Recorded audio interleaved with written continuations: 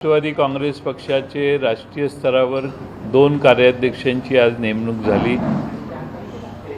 श्री प्रफुल्ल पटेल आणि सुप्रियाताई सुळे या दोघांना कार्याध्यक्ष म्हणून राष्ट्रीय स्तरावर नेमणूक त्यांची झाल्याबद्दल मी मनपूर्वक त्यांचं अभिनंदन करतो, त्यांना शुभेच्छा देतो आणि मला खात्री आहे की या दोघांच्याबरोबर इतर जे राष्ट्रीय सचिव आहेत त्यांनाही वेगळ्या राज्यांची जबाबदारी देण्यात आलेली आहे आणि राष्ट्रवादी काँग्रेस पक्ष अन्य राज्यात वाढवण्याचा प्रयत्न या सर्वांच्याकडून चांगला होईल असा मला विश्वास आहे।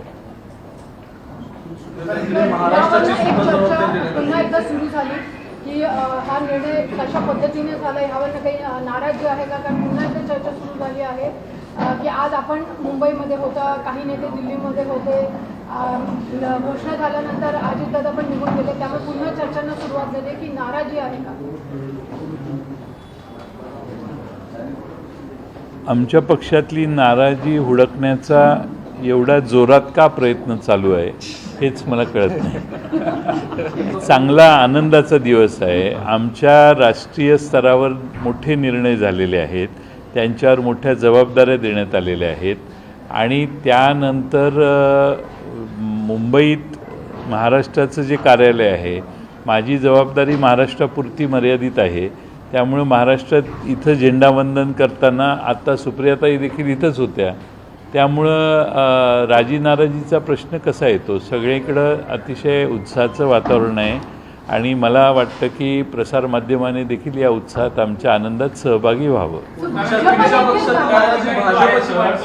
भाजपची माणसं शोधून काढतात का? कारण भाजपतून आता बऱ्याच प्रतिक्रिया येतात, सगळेजण म्हणतात की अजितदादांवरती अन्याय झालाय, तर असं काय आहे का की भाजपमधली लोक ही नाराजी उठून काढतात?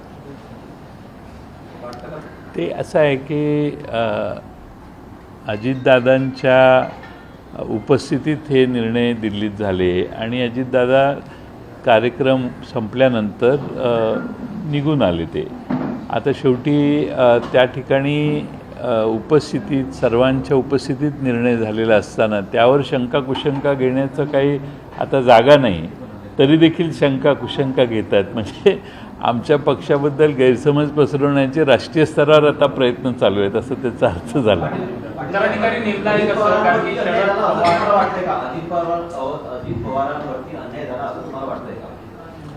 अजित पवारांच्यावर कोणताही अन्याय झालेला नाही आणि आम्ही एकमतानेच हे दिल्लीचे राष्ट्रीय स्तरावरचे निर्णय झालेले आहेत। उत्तराधिकारी नेमला आहे का? कारण की ज्या पद्धतीनं सुप्रिया सुळे या अध्यक्ष अशा पद्धतीची चर्चा होती। राज्य स्तरावर काम करणारे माझ्यासारख्या व्यक्तीने राष्ट्रीय स्तरावरच्या प्रश्नांना उत्तरं देणं योग्य नाही, तरी देखील राज्यात आमचं राष्ट्रीय स्तरावरचं जे स्थान पक्षाचं होतं, ती राष्ट्रीय मान्यता आमची संकटात आलेली होती। या सगळ्यांना वेगळ्या जबाबदाऱ्या देऊन पवारसाहेबांनी कामाला लावलेलं आहे आणि वेगळ्या राज्यांची जबाबदारी वेगळ्या नेत्यांच्यावर दिलेली आहे आणि त्यामुळं पुन्हा राष्ट्रीय स्तरावरची पक्षाची मान्यता मिळेल या दृष्टीनं जोरदारपणाने आमचा पक्ष प्रयत्न करतो। जी भाकरी परतवली ती परतवणार होती की हीच भाकरी होती का? ठीक आहे, ते असं आहे की भाकरी परतवलेली नाही, त्या ठिकाणी नवीन लोकांच्यावर जबाबदारी दिलेली आहे आणि एक नवी टीम वेगळ्या जबाबदाऱ्या देऊन आज काम करायला सुरुवात झालेली आहे। पण सर, आपण बघितलं तर त्यांच्याकडे महाराष्ट्राची सुद्धा जबाबदारी दिलेली आहे। हो, प्रदेशाध्यक्ष आणि राष्ट्रीय कार्याध्यक्ष असे एकत्र तुम्ही रिपोर्ट करणं होतं त्यांना। अर्थात जे पक्ष ठरेल तसंच वागायचं असतं। राष्ट्रीय स्तरावरून जे आदेश येतील ते राज्याच्या शाखेने राज्याच्या विभागाने मान्य करायचेच असतात। तुम्ही कितीही म्हटला तरी आम्ही सगळे एकमताने एकसंघ आहोत। बड़ा फैसला पार्टी ने लिया है, 2 कार्यकारी अध्यक्ष बनाए हैं, लेकिन एक ये भी सवाल पूछा जा रहा है कि क्या पार्टी ने अपना, पवार साहब ने अपना उत्तराधिकारी भी इसके जरिए तय कर दिया है सुप्रिया ताई को देखते हुए? दूसरा, परिवारवाद को भी यहाँ बढ़ावा नहीं दिया गया 2 कार्यकारी अध्यक्ष बनाकर, इसको आप कैसे देखते? परिवारवाद तो यहाँ कहीं दिखाई नहीं दे रहा है जैसे आप कह रहे हैं। क्योंकि प्रफुल्ल पटेल साहब को भी जिम्मेदारी दी गई है और साथ में दूसरे महासचिव जो है उनके ऊपर भी अलग अलग राज्यों की जिम्मेदारी दी गई है और पार्टी को बढ़ाने के लिए ही ये प्रयास चालू है। अजीत पवार को लेकर जो पूछा जा रहा है कि अजीत पवार को इतनी बड़ी जिम्मेदारी से क्यों दूर रखा गया, क्या उनके लिए पार्टी ने कुछ और सोचा है या जो उनकी नाराजगी की अजीत बात है? पवार महाराष्ट्र के विधानसभा में विपक्ष नेता है और उनके ऊपर बहुत बड़ी जिम्मेदारी है। सर, अजीत पवार जी ने ये बोला था कि वो खाली महाराष्ट्र पॉलिटिक्स में इंटरेस्ट है, बट यहाँ पर महाराष्ट्र की रिस्पॉन्सिबिलिटी सुप्रिया सुले जी को दी गई है, तो ये क्या साइड लाइन किया गया, ऐसा देखा जाना चाहिए कि उनके सपोर्टर्स को? महाराष्ट्र की सुप्रिया सुले जी को जो जिम्मेदारी दी गई है, साथ में उनको और 2-3 अलग राज्यों की भी जिम्मेदारी दी गई है।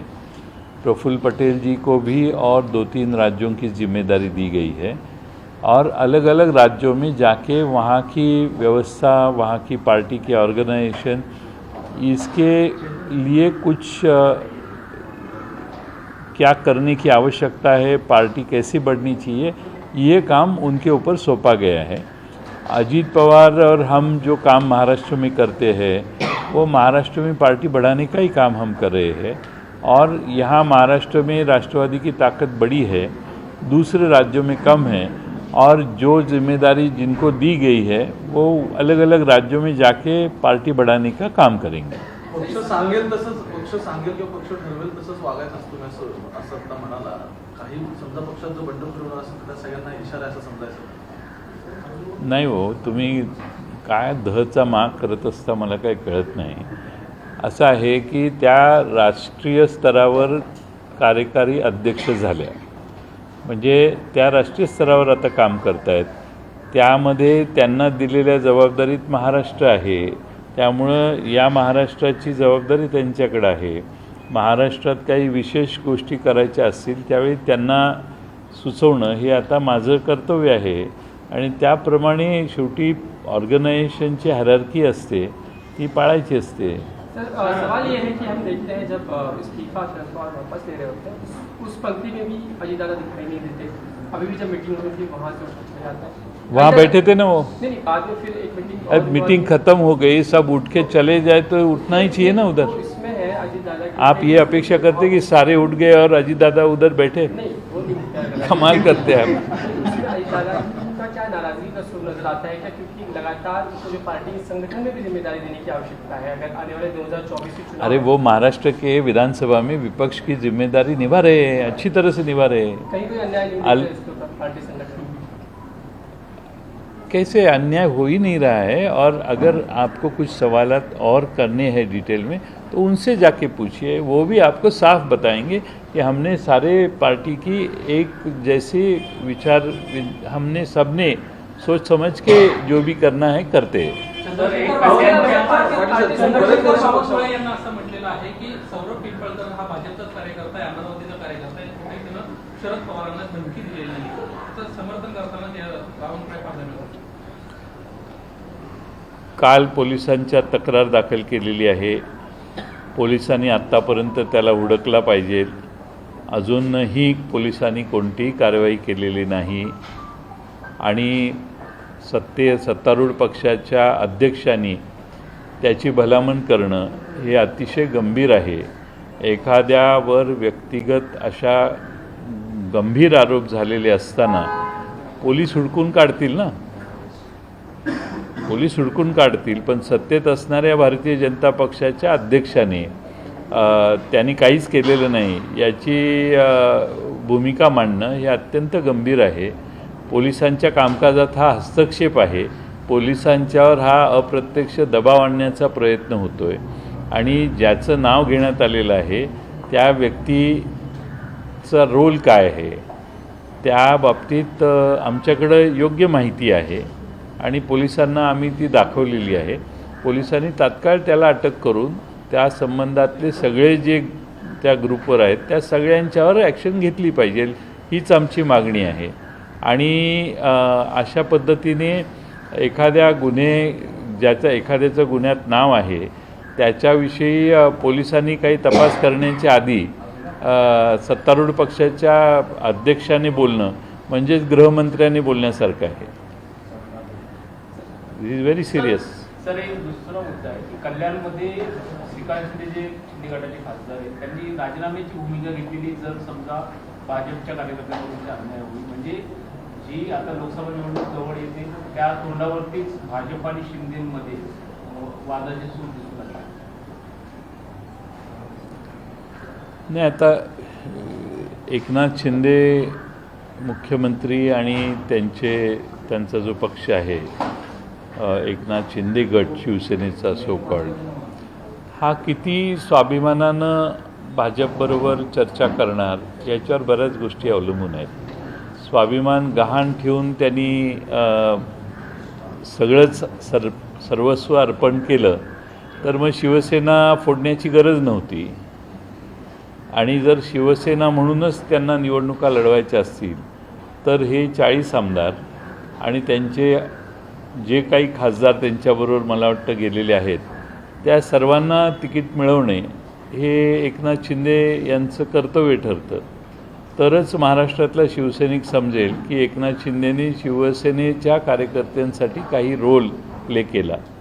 जर सगळीच लोक भाजपच्या चिन्हावर उभी राहिली तर मात्र महाराष्ट्रात बाळासाहेब ठाकरेंनी निर्माण केलेला पक्ष धुळीला मिळवण्याचं पाप एकनाथ शिंदेंच्यावर येऊ शकतं.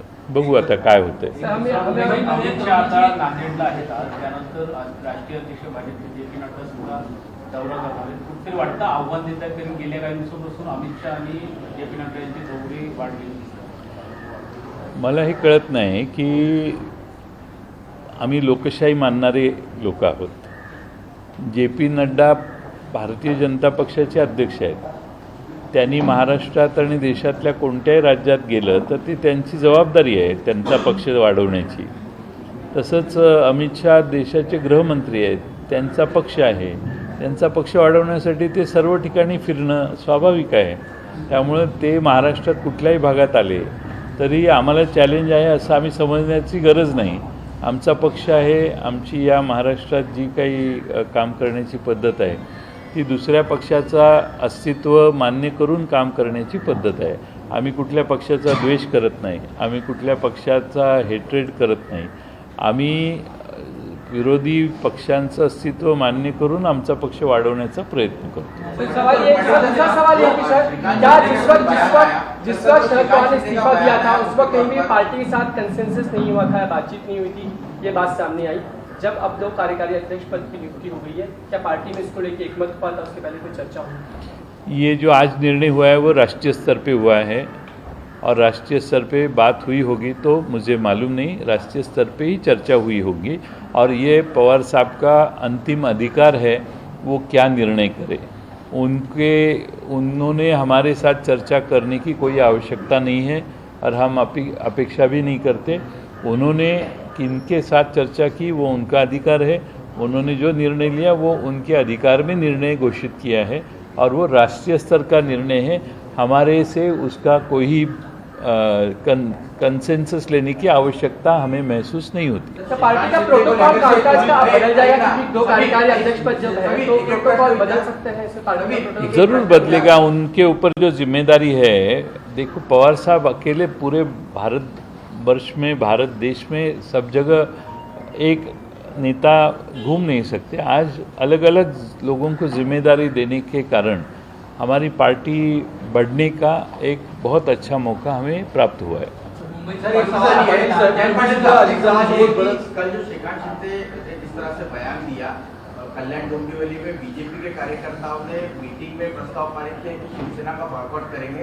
अब वो कह रहे हैं कि मैं इस्तीफा देने के लिए तैयार हूँ अगर कोई उम्मीदवार आपके पास है.